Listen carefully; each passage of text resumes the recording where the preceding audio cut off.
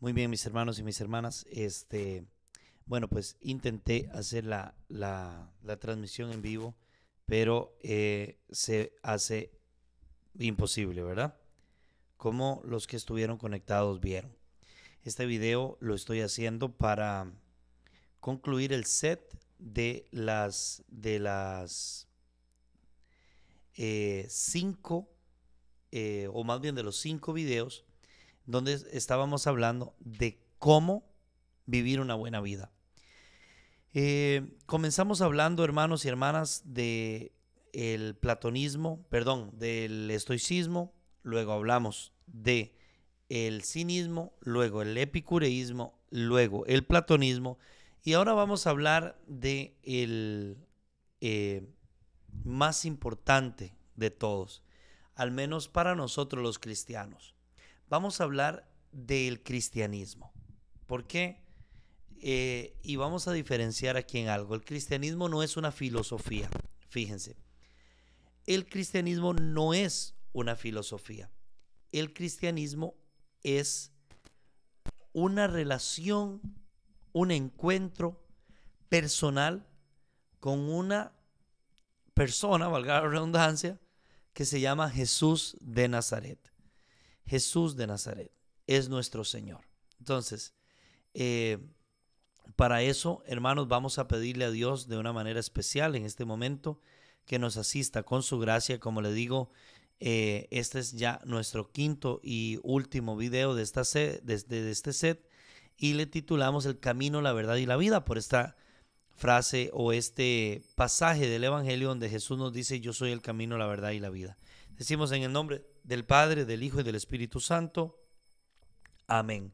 Les voy a invitar, hermanos, a que clamemos el Espíritu Santo de una manera especial, de una manera que verdaderamente y auténticamente el Espíritu Santo sea el que nos alimente, que el Espíritu Santo sea el que de una manera poderosa ilumina nuestra mente, porque creemos, entendemos y sabemos que solamente el Espíritu Santo es quien puede verdaderamente dar en nuestra vida esa luz que se necesita, esa luz necesaria para poder vivir, esa luz necesaria, esa luz maravillosa, Espíritu Santo, que solamente tú nos das.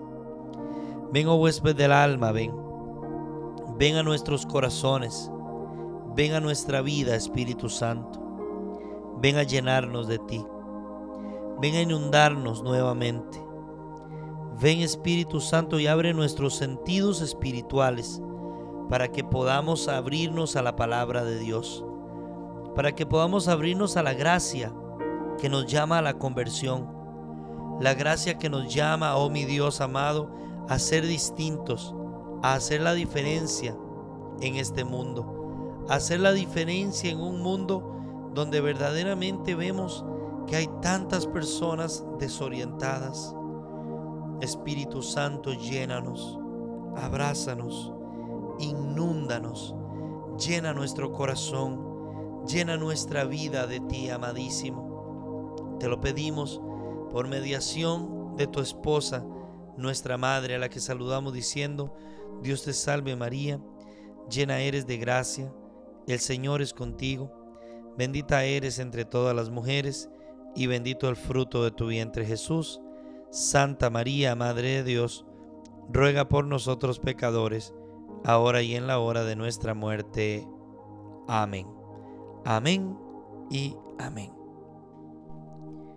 Muy bien.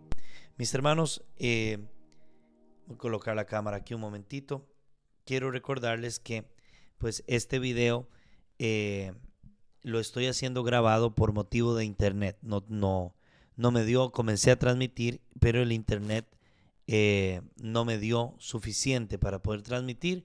Estamos aquí en Lima, en un seminario de vida en el Espíritu, un retiro que ha comenzado súper, súper bueno, muy, muy, muy bueno. Y pues, como les digo siempre, pues nos encomendamos a sus oraciones para que Dios se manifieste. Ese es el propósito de todo retiro, que Dios se manifieste.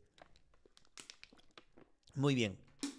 quiero hacer un breve repaso nada más por estas filosofías que estábamos viendo anteriormente y así muy brevemente, ¿qué de ellas tomamos en auxilio nuestro para vivir una buena vida, ¿verdad? En auxilio nuestro en el sentido de qué puede enriquecernos, ¿verdad? En nuestra cotidianeidad estos pensamientos. Bueno, el estoicismo con el control de las emociones, con el uso de la razón, con el priorizar las cosas que puedo cambiar, las que no, y poder vivir una vida mediante el ejercicio de la priorización de lo que construye y no de lo que destruye.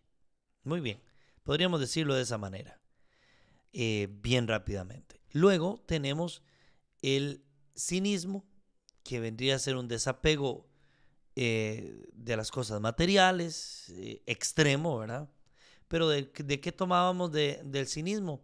En no tener vergüenza de nuestra fe, en lograr desapegarnos, desanclarnos de lo que nos ata a este mundo y nos hace meter la cabeza solo en las cosas terrenas y ponerlas en las cosas que tienen más valor. Tomábamos esto del cinismo de una vida más simple, más sencilla. Muy bien.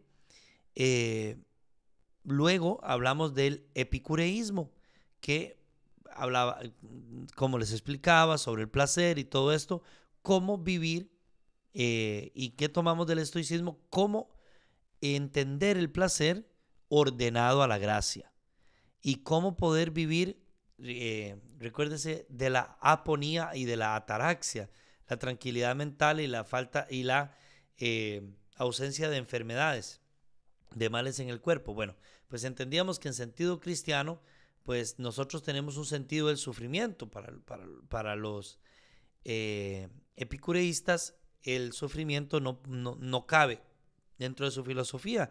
Para nosotros sí. Para el cristiano, el sufrimiento tiene una dimensión salvífica, comenzando lógicamente por el sacrificio de nuestro Señor Jesucristo.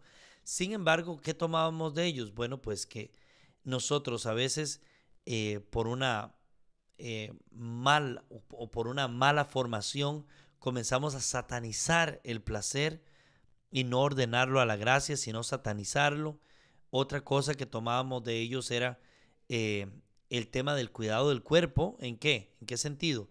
En que yo puedo, con el favor de Dios y con mi esfuerzo, lógicamente, cuidar mi cuerpo de manera que le pueda evitar sufrimiento de enfermedades innecesarias. ¿Qué son enfermedades innecesarias? Las que se pudieron haber prevenido con una buena alimentación, con ejercicio, etcétera. Y en la mente, pues, darnos cuenta que muchas veces nosotros, como decimos, nos asustamos con el cuero del tigre.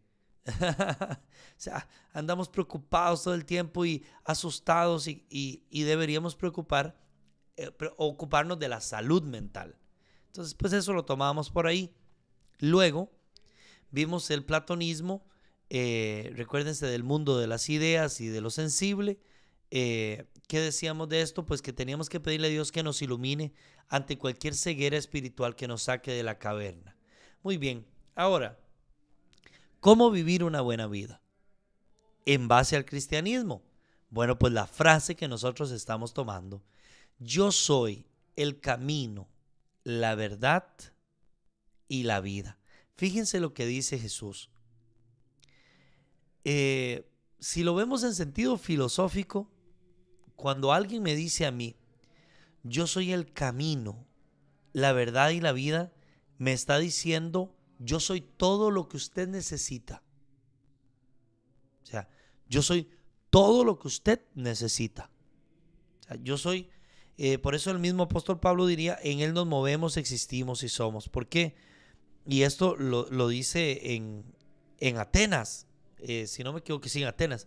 Se lo dice al mundo griego, lo toma incluso de un poeta griego que le hace un poema a Zeus, si mal no recuerdo.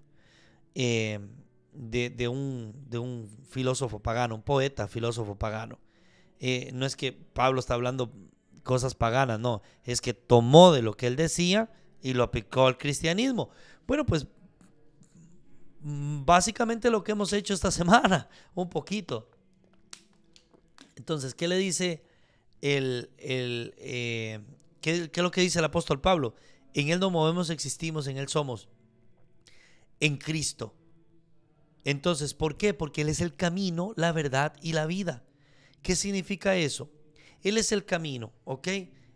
¿Qué es el camino? Bueno, pues hay que seguir las huellas que él nos enseñó, el evangelio. Entonces, comencemos por ahí. Para vivir una buena vida, nosotros creemos, los cristianos, que hay que vivir la vida que nos enseñó a vivir Jesús. En otras palabras, hay que vivir el evangelio. Hay que hacer lo que él hizo. Hay que hacer lo que él hizo. Hay que vivir como Jesús vivió. Entonces usted me va a decir, Iván, pero ¿cómo me voy a devolver yo a vivir exactamente como Jesús vivió en la Palestina? No. En verdad, todos entendemos que para eso quedó el evangelio. El evangelio de nuestro Señor es lo que nos dice, miren, si ustedes quieren vivir una buena vida, miren cómo vivió Jesús. Miren su manera de pensar, su manera de actuar. Mire cómo se movía, cómo trataba a los demás. Entonces, mi hermano, mi hermana, para vivir una buena vida, necesariamente, usted tiene que tener un encuentro personal con Jesús. Tienes que tener un encuentro con Él. Un encuentro con nuestro Señor Jesucristo. Que te enamore, que te cautive, que la figura de Jesús te impacte tanto que quieras ir al evangelio, que quieras conocerle en el evangelio. Es que cuando nosotros amamos a una persona, nos interesamos tanto de ella. Me da risa con los niños, los muchachitos que comienzan a tener futbolísticamente un personaje que lo admiran, como Cristiano Ronaldo, como Messi, y comienzan, es que Messi nació en Rosario y creció y a tantos años se fue para allá, y comienzan a escarbarle toda la vida. Eso nos pasa a nosotros cuando tenemos un encuentro con el Señor, que el evangelio se vuelve ese tesoro maravilloso. ¿Por qué? Porque nosotros podemos ir al evangelio y descubrir a Jesús, ver cómo caminó, ver lo que él hizo, lo que él dijo, y decimos, wow, qué maravilla. Por eso, mis hermanos, para vivir una buena vida, usted y yo tenemos que ser gente del evangelio de nuestro Señor Jesucristo. Vivir como él nos enseñó a vivir. Cuando él dice, perdonen 70 veces. Cuando él nos dice, amen a sus enemigos. Cuando él nos dice, oren. Cuando él nos dice, entonces, todo el conjunto de enseñanzas que el Señor nos da en su evangelio es la manera de vivir una buena vida. Y en otras palabras, pues vivir como Jesús. Yo soy el camino. Entonces, mi hermano, es una tarea nuestra de tener un encuentro con el Señor, de amar su palabra, de amar de todos los días, que no pase un día sin leer el evangelio diario. Porque continúo con la frase, esa es la verdad. El Señor vino a enseñarnos la verdad. Y dándonos esa verdad, podemos verdaderamente vivir una buena vida. Porque Él es la vida. Entonces, fíjense cómo esta frase se enlaza de la una a la otra a la otra. Yo soy el camino, que significa seguir lo que Él hizo, seguir su ejemplo, vivir como Jesús vivió. ¿Por qué? Porque esa es la verdad.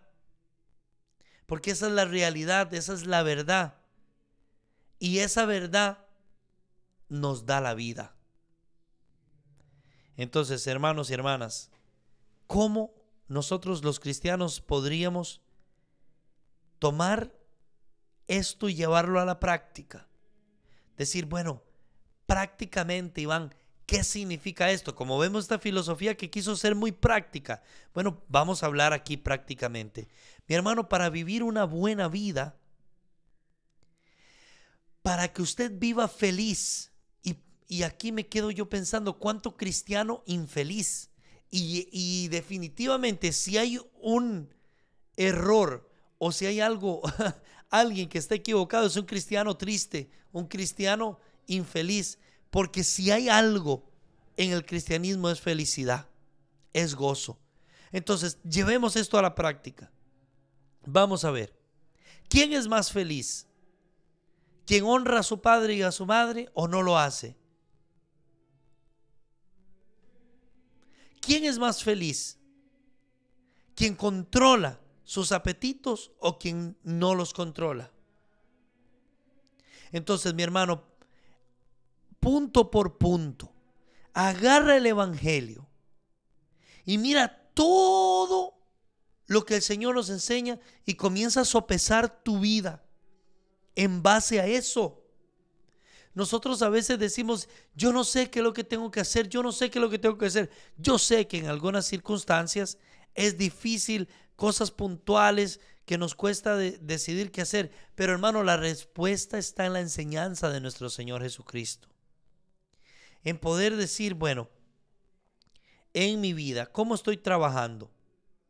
Estoy dando el 100 en mi trabajo. Estoy trabajando como si trabajara para el Señor. ¿Qué puedo cambiar en mi trabajo, en mi matrimonio, en la crianza de mis hijos? Y dejar que el evangelio ilumine todas esas cuestiones de nuestra vida. Comenzar a pensar qué haría Cristo. Y por eso hay una devoción que a mí me parece muy interesante, que es esa pulserita que se ponían unos muchachos. Esto no me recuerdo ahorita cuál grupo viene, pero decía así, en inglés: What would Jesus do? ¿Qué haría Jesús?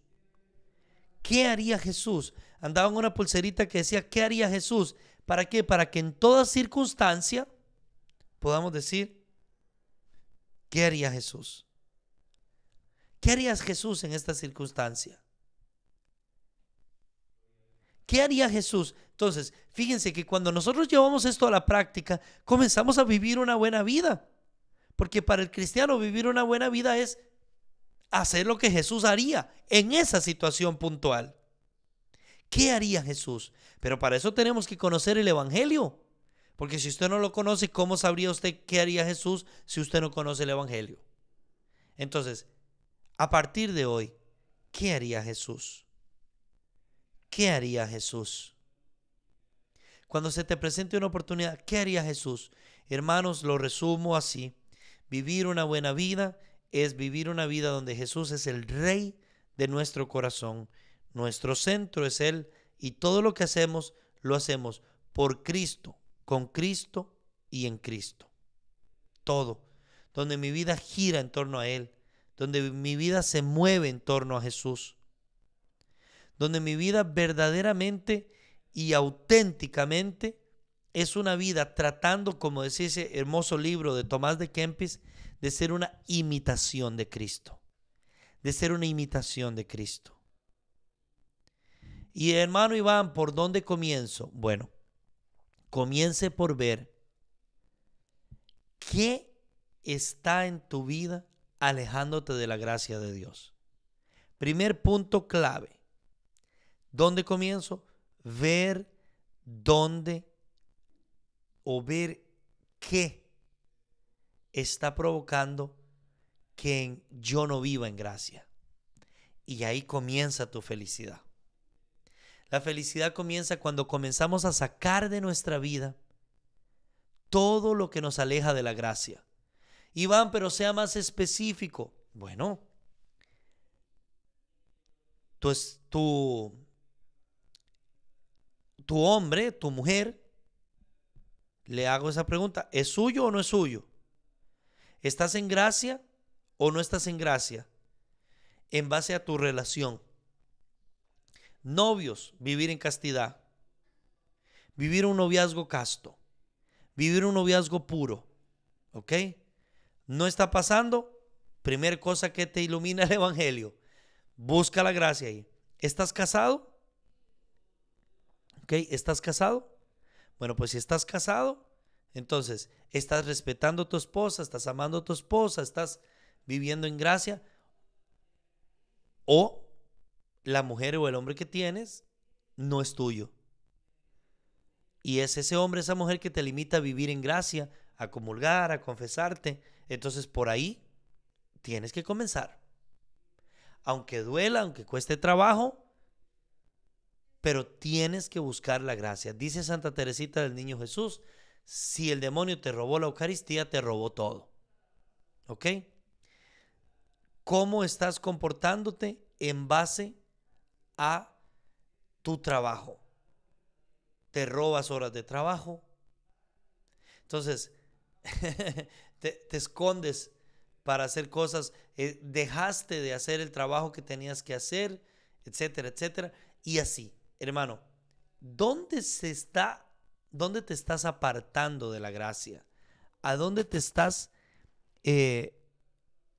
desviando de la gracia de Dios? ¿Qué te está quitando la gracia de Dios?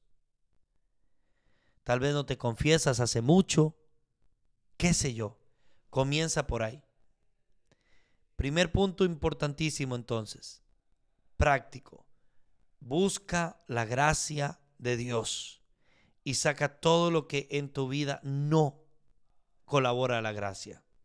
Segundo, vamos a hablar, hermanos, aquí de todo lo que te aleja o enfría, o vamos a ponértelo en otro aspecto, ¿cómo está viviendo usted los sacramentos? Porque el sacramento es encuentro personal con el Señor. Entonces, comienza a revisar en base al Evangelio todo lo que tiene que ver con sacramentos. ¿Cómo está el sacramento del matrimonio?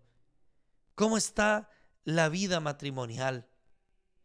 ¿Cómo estás viviendo la Eucaristía? ¿Vas a la Eucaristía? ¿No te pierdes una Eucaristía? ¿Cada cuándo te confiesas? ¿No te has confesado últimamente? Vete a confesar. Vas a misa, pero vas con una gran pereza a misa. Entonces, sacramentos. ¿Cómo estás viviendo los sacramentos? Una persona que vive los sacramentos a full, diríamos así, para usar una palabrilla ahí, qué sé yo, pachuca, como decimos en Costa Rica, a full, una persona que vive los sacramentos con el corazón lleno del Espíritu Santo, que los disfruta, es una persona feliz, que vive una buena vida. ¿Por qué? Porque es en los sacramentos donde tenemos el encuentro personal, diario con nuestro Señor Jesucristo, donde recibimos su perdón, donde recibimos su cuerpo, sangre, alma y divinidad, etcétera, etcétera. Tercer punto clave, hermanos, aquí, importantísimo, la oración. ¿Cómo está tu vida de oración? ¿Cómo está tu vida de oración? ¿Rezas? ¿Haces el rosario? ¿Adoras a Jesús Eucaristía? ¿Cómo está tu vida de oración? Revisa tu vida de oración. ¿Y qué pasa, hermano Iván? Es que al revisar, sí, yo casi no oro. ¿Qué hago? Comienza por poner un lugar, un tiempo y una posición. Un lugar en tu casa solo para orar. Un tiempo, así sea 5 minutos de tu día, solo para orar. Todos los días. Es que no tengo tiempo. Bueno, saca 5 minutos los tienes. Sí, entonces comienza con 5. Y una posición, ya sea sentado, hincado, una posición en la que te sientas cómodo, y ahí 5 minutos hablando con el Señor. Y así comienzas a llenar tu vida de oración, al menos con 5 minutos. Cuarto y último que te voy a hablar, fíjense que cosas prácticas, porque como lo hemos venido viendo, son cosas prácticas. Cuarto, ¿cómo está tu relación con los demás? ¿Cómo está tu parte emocional? ¿Cuánto necesitas perdonar? ¿Cuánto necesitas perdonar? ¿A quién necesitas perdonar? ¿Qué necesitas sanar? Entonces, cuando nosotros comenzamos con esto, entramos en la escuela del perdón. Y nosotros decimos, hay personas que creen que uno tiene que perdonar cuando la otra persona se convierte, cuando la otra persona viene a pedir perdón. Y yo les digo, Jesús esperó a que se convirtieran los que estaban abajo para perdonarlos, los que le estaban haciendo lo que le hacían. Jesús esperó que se convirtieran. O dijo, Padre, perdónalos porque no saben lo que hacen. Bueno, si el Señor, y fíjense que volvemos al punto del evangelio, del encuentro personal, de dejarme impactar por la vida de Jesús. Señor, perdónalos porque no saben lo que hacen. El Señor no esperó a que se convirtieran. Entonces, tú y yo, alguien nos hizo mal, alguien que tenemos que perdonar, ¿tenemos que esperar que esa persona se convierta? No, Señor. ¿Por qué? Porque el perdón es un regalo hacia mí en primer lugar. Cuando yo perdono, me libero. No perdonamos por los demás, perdonamos por mí mismo. Iván, es que fulano no se merece el perdón. Pregunto, ¿y tú te mereces vivir una buena vida? ¿Tú te mereces vivir en paz? ¿Tú te mereces recibir una liberación? Bueno, creo que sí. Bueno, el perdón es por ti. Por ti. Hermanos, entremos en la escuela del perdón. 4 cositas que hemos hablado. Que si tú practicas, que si tú las vives, que si verdaderamente tú te aferras a esto, mi hermano, déjame decirte que no hay una persona más feliz que un cristiano que vive cristianamente. Y esto que te estoy hablando es vivir cristianamente. Cuando a mí me preguntan, Iván, ¿qué mensaje trae usted ¿qué es lo que te habla Medjugorje? ¿Verdad? Yo siempre les digo, vean, Medjugorje a mí me habla, y esto se lo digo de verdad, de corazón. ¿Qué es lo que más a mí me impacta de Medjugorje? Ver la vida cristiana. Ver que en Medjugorje se adora a Jesús todos los días. La gente se confiesa todos los días. Ayuna 2 veces por semana. Reza el rosario todos los días. Se confiesa, eso es el confesionario de Europa. La gente es servicial una con la otra. La gente anda feliz por la calle. ¿Por qué tantas conversiones en Medjugorje? Bueno, tantísimas, es más bien la palabra. Dios ha querido que sea así, que este lugar sea un lugar de conversión. Pero mucho también, mucho tiene que ver, hermanos, es eso, es que cuando se vive como cristiano, un cristiano, valga la redundancia, pero hay que decirlo, que vive como cristiano, mi hermano, el mundo sería distinto. Tu vida es otra cuando vives como cristiano. ¿Cuál es nuestro problema? Nuestra falta de coherencia entre lo que decimos y lo que hacemos. Entonces, a partir de hoy, para vivir una buena vida, es una vida, y lo resumo, una vida cristiana. Eso es una buena vida. No hay nadie en esta tierra, escúcheme esto, nadie en esta tierra que sea más feliz que un cristiano que vive santamente, o su equivalente, un cristiano que vive cristianamente. Mis hermanos, Dios me los bendiga. Disculpen por la transmisión fallida de hace un rato, pero yo sé que ustedes tienen misericordia, que es también de cristianos. Mis hermanos, Dios me los bendiga a la hora que vayan a ver este video. Un gran abrazo, Dios me los guarde a todos y que la sangre de Cristo nos cubra en nombre del Padre, del Hijo y del Espíritu Santo. Amén. Tengan todos ustedes, mis hermanos y mis hermanas, un feliz día, tarde o noche. Dios me los bendiga a todos.